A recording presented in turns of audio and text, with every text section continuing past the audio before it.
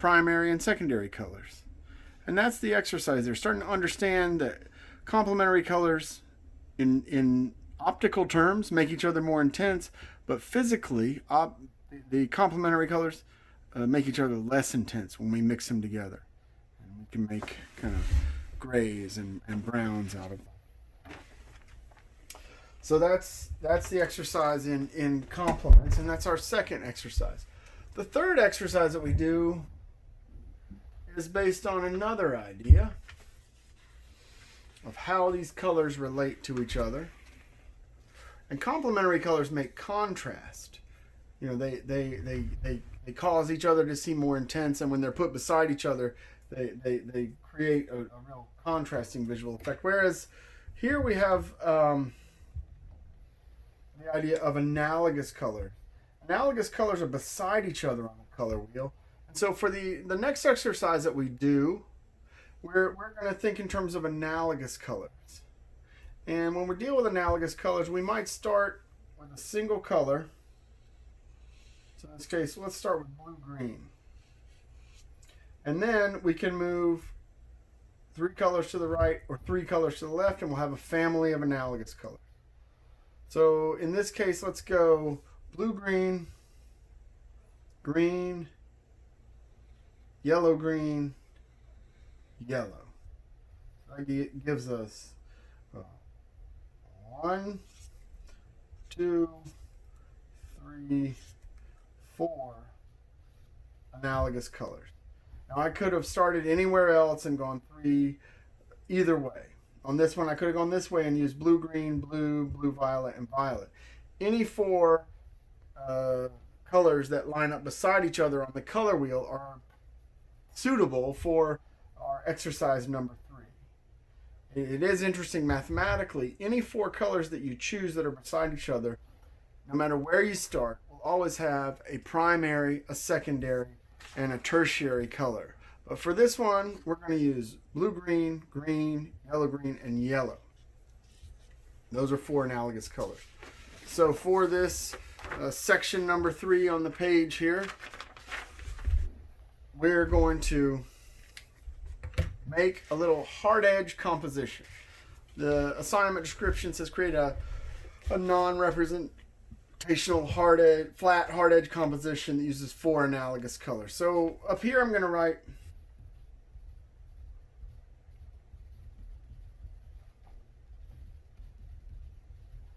and then down here in the bottom corner I'm going to actually draw the color wheel, a small version of it, yellow, red, blue, orange, green, violet, yellow, green, blue, green, blue, violet, red, orange, yellow, orange. We're going to all 12 colors there. I'll draw my little triangles. And this is part of the assignment, and you need to do this in this section. So in the top, you're going to put the title, and then down here you're going to circle the colors. And we just said we're going to use blue, green, green, yellow, green, and yellow. So we're drawing the color, and we're establishing the relationship that those are analogous colors. Now, for this exercise, you're supposed to create a non-representational composition of hard edge flat shapes. So you're just going to draw a little format. This is maybe about the size of a 3 by 5 inch note card. It doesn't have to be particularly large. I'm just going to draw out you could trace a 3 by 5 note card if you wanted. But it doesn't have to be large. Let me emphasize that. And then you're just going to divide it so there's 4 shapes. You can be as creative as you want. Ran along the table there. But it's got to be at least 4 shapes here. So we got 1, 2 at this point, and then I'll just further divide it into 3. Okay, so now we got 1, 2, 3. 1, 2, So we got 4 areas. Now we got to use our paint brushes. And we drew this little composition. Oh, I'm sorry if that was on the visual field there. I hope it wasn't. I drew this little rectangle in the bottom of the, oh no. I kind of ruined my negative, so we drew the little color wheel here down in the bottom corner. We circled the colors we're going to use. We have analogous colors up here as the title of this one. And then we said we're going to use blue, green, green, green, and yellow. So we made this little composition. We drew this little composition. You could draw any composition you want. And now we're going to fill in the composition with these 4 analogous colors. And at this point, we're practicing the application of paint. So we got our palette. And I'm going to move some of these things out of the way. And I'm going to bring my palette over so that I can paint into those areas. And get some of that stuff out of the way. Bring my palette over. And kind of compromised on space here, and it looks like I may have done some damage to my earlier exercise. You don't want to do that. You definitely don't want to do that. So my palette's over here now, and I want to use these colors to fill out this little composition I've made here. And we're going to use the natural hair brushes. So I'm just going to pull these out of the pack right now. And part of what we're trying to do here is figure out how these brushes and the paints work, and to figure out or start to get a sense of kind of paint application. And we want a flat color application here. So we need to use enough paint that the paint covers and it doesn't look transparent. It looks like a nice flat coat of paint. And we got to get a hard edge where these lines are. A nice crisp edge. We don't want to see any white of the paper. This whole composition needs to be really filled with a nice flat coat of paint. This is kind of analogous to sign painting. So we're going to use the analogous colors, and I'll start with blue-green and use that to fill in one of these shapes. So over here, I'm going to spritz my palette again, make sure it's not going to dry out. And I'm going to start with that blue-green and choose a particular area of the composition. So it's using these round brushes. I still let that end stay kind of round. Sometimes I'll kind of spin the brush in the palette. I don't know how well you can see that, but I kind of spin the brush in the palette so that the paint keeps a kind of sharp point to it, because there's some little angles here that I need to get into. And so if I have this kind of sharp point that I've created by the way that I filled the brush up, I'm going to try to feed that point into this little area right here to kind of get a nice crisp line. And I do what I call pull the brush along that line there. I'm going to load it again. I'm going to spin it, load it up again, make sure it has plenty of paint. And again, I'm going to kind of pull that line right there. So we get a nice smooth edge, nice crisp edge. Let's pull it out of there. So we're getting a nice thick coat of paint here. Sometimes I refer to it as buttering it on. So again, I got a nice point, and I'm going to stick that point down into this little angle right here. And then I'm going to kind of pull a nice smooth line from there. And you get a sense of how the paint reacts, but I'm using plenty of paint. And if I get a little line that kind of stands up in the paint, I'll just keep pulling that paint out from that point.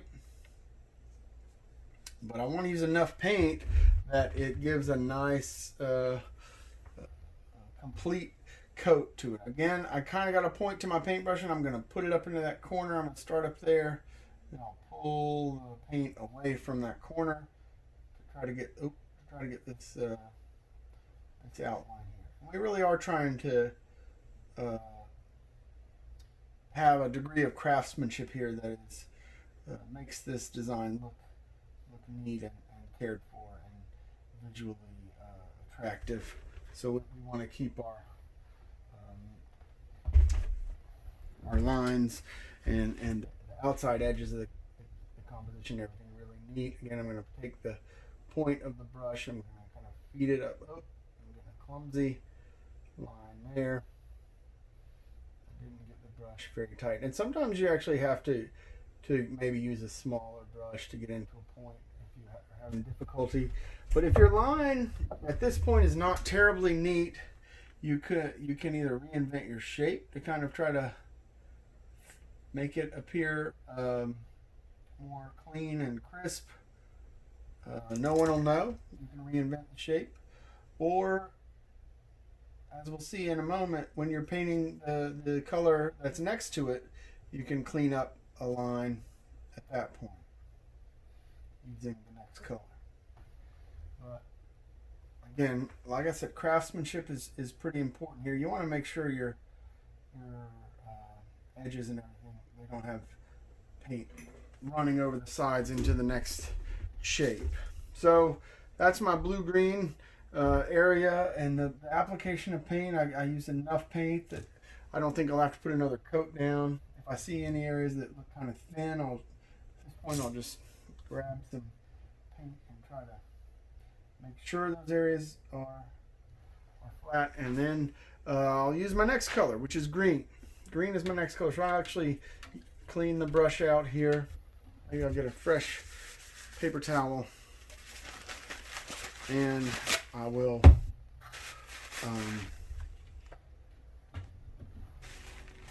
go for my green, which will be in my next shape. And I'll just stick with this flat brush, or this round brush for right now as I paint my next shape in. And I'll just go right along here. Now there's a little moment where the paint kind of snuck out of that line there, and I'm going to use the brush to try to go back and make sure I have a nice crisp line there. I do what's called I drag a bead of paint sometimes along those lines to make sure they're really crisp. So there's almost like a little bit of paint standing up right there, forming that edge there. I'm going to pull that bead of paint here and finish out the shape. All right.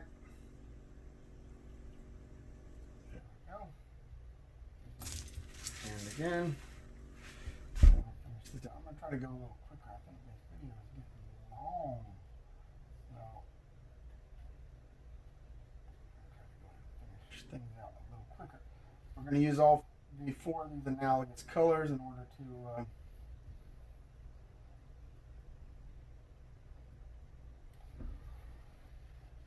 to activate all these shapes. If I got a little extra paint there, I'll try to leave it behind. Clean off the brush, and now I got to get my yellow green for another shape. I'm going to use the same brush, load it up, and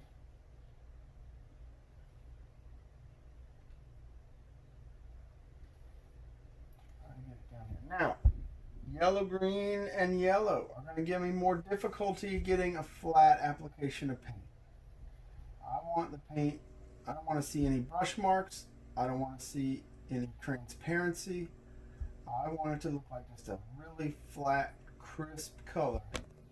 And so I wind up having to use a lot of paint for these areas with yellow, green. Now sometimes I have so much paint here, I'll twist the brush sometimes and reload it based on of those standing areas of paint.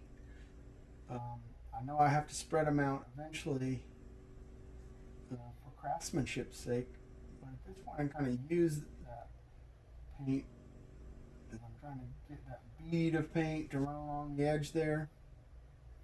We don't want any paint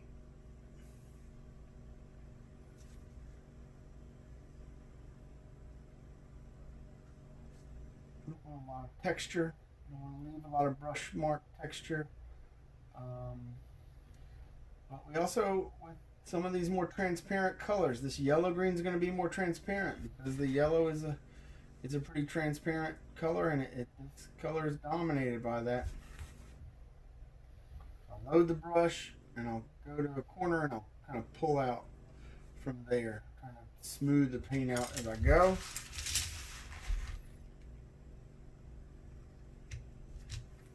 And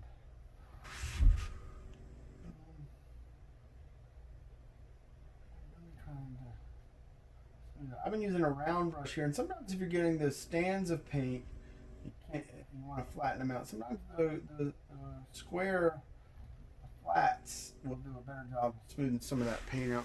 And sometimes if you have texture things standing up, the paint will sit down a little bit as it dries. Sometimes as the moisture leaves it, kind of loses a certain amount of body. That's a pretty smooth, and now it's a pretty smooth coat. Now I got to go to yellow for my final analogous color here. We got blue, green, green, yellow, green, and now we're going to do yellow in the final shape. And I know I'm going to need a bunch of it. I'm going to be really generous with the yellow paint as I get started here, and I'll kind of smooth it out as I go. Again, drag it from the corner out is the way to go. Now sometimes if you can't get the transparency, if you can't get that solved, then sometimes you have to let it dry and go back over it with a second coat. Sometimes I have to kind of change my angle when I'm working on this and kind of give myself the ability to kind of drag the line there along the previous color. I want the paint flat, but I also know I gotta put down some pretty thick layers, buttering the paint on at this point, trying to get that really flat application of flat color. This is kind of equivalent to sign painting or something, where you're trying to get the edges really crisp and the paint really flat. That's really what sign painters often, that's the effect they want. You know, they want it to look very crisp, professional, and not a lot of. I wish I had more space to put these brushes somewhere else. Put my head on the camera, but it is what it is. So that's what you're going to do with this exercise. You're going to paint. You're going to create a hard edge composition, and you're going to use analogous colors to fill it in. The next section that you do, number 4, as you'll see on the instruction sheet, is where you're going to do a split complement color triad. And that split complement triad is another way of considering color relationships. So this one will be called split complement. Now, split complement. If you're trying to work with a split complement, and this is a color relationship sometimes used by graphic designers. For a split complement, you're going to create a composition and then choose a color, and then you're going to look for the 2 colors on either side of the complement of that color. So in this case, if I started with yellow-orange, the complement of yellow-orange is blue-violet, but I don't use blue-violet. I don't use the actual complement. I split, and I use violet, and I use blue. That's the split complement, and it's a split complement triad. So it's going to be 3 colors. So if I started with yellow, orange, and went for the 2 colors on either side of its complement, I would go yellow, orange, violet, and blue. Those would be the 3 colors I would use as a split complement triad. If I started with red, and what's the complement of red? Well, it's green. So if I'm heading across the color wheel towards the complement, I split, and I would use red, blue, green, and yellow, green. So a split complement relationship is a triad. So it's 3 colors, and you choose a color. You can look at its complement, but you don't use the complement. You use the colors on either side of the complement. So red split complement would be blue, green, and yellow, green. And this is, like I said, a color triad relationship that might oftentimes be used by graphic designers because you can get kind of the pop of a complementary color relationship, but you get the impact of the a little bit more variation. So you don't just have red and green. You have red, and then you have these 2 other colors that give that red some more intensity.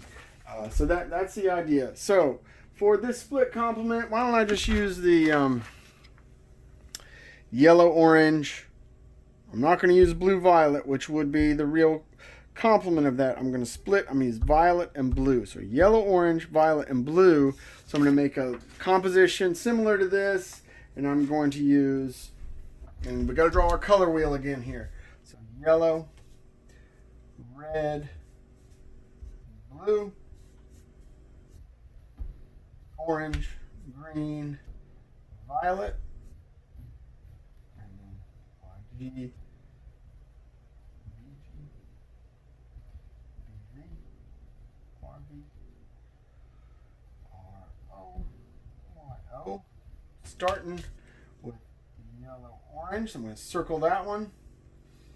I'm going to draw my little split here. And I'm going to use blue and violet. So split complement is 3 colors. So for my composition up here, I just need 3 spaces. Like I said, you can get as creative as you want with these. Let's see, I'll just divide it in half, and then I'll need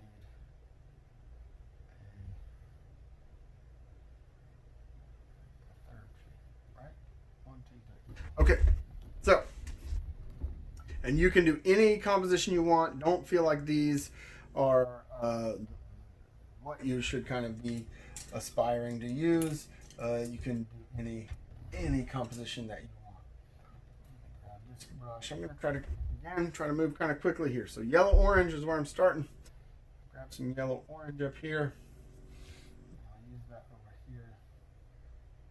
And again, sometimes I'll try to spin that brush and make it have a point that I can kind of start in an area like this and pull the brush out from there and pull a nice tight line as I paint. If that line needs to be straightened out at all, I can do that with the paintbrush. If my pencil line bent in a little bit, I'll just use my paint to clean that up and make it look a little more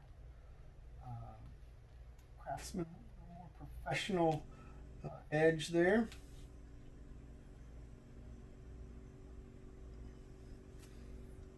Again, this is a yellow based color, so it has a little bit of a weakness in terms of pigment and transparency.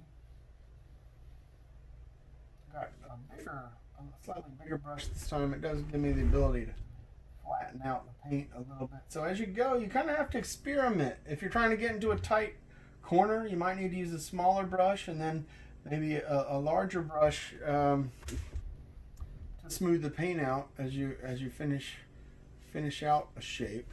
So you try out different brushes. The rounds seem to do pretty good for me on this particular assignment and working on this demo here. But your job is to kind of experiment, try try out the different brushes as you go. So I did the yellow orange, right? And now I'm going to do blue and violet are my two complementary colors. So that's off a little bit. And I need blue. Shape of blue. Again, kind of get a tight point there and pull out from that edge. And over here, I'm going to do the same thing. Try to get a nice crisp curved line there.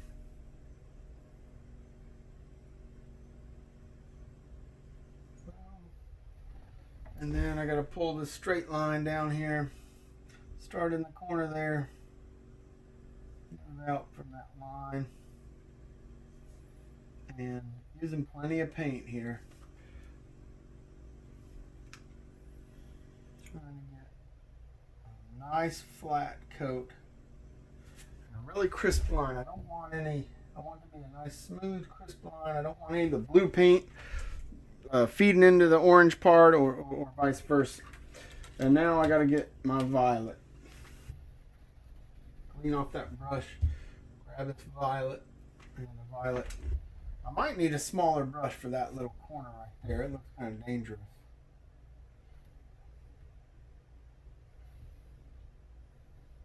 That little extension of the shape there. But you are, this assignment here, you are trying to exhibit a certain amount of craftsmanship and you're kind of challenging yourself with the composition and the shapes. They don't have to be large, but this type of thing right here where I've obviously got some paint on my hand and then got it on the paper, that's not good. That's kind of distracts from the shape, so you really want to avoid that. I'm kind of rushing a little bit at this point, trying to make sure this video is not a feature film. It may wind up being that long, but there's a lot to cover on these, and with you guys just early on in your paint experience, I am trying to give a lot of explanation. I'm going to grab a smaller brush though for that little part right there. Where's my smallest round brush? That's it right there. Alright, so I'm going to use this really small brush to try to get that little tiny little peak that exists right there in that. Actually, I can see a hair sticking off this brush. I'm going to have to pull that off before I do it. Spin the brush. I don't know if you can see that very well from the camera. I'll spin it, trying to make that point as sharp as I can get it so I can get it into that little tiny little space right there.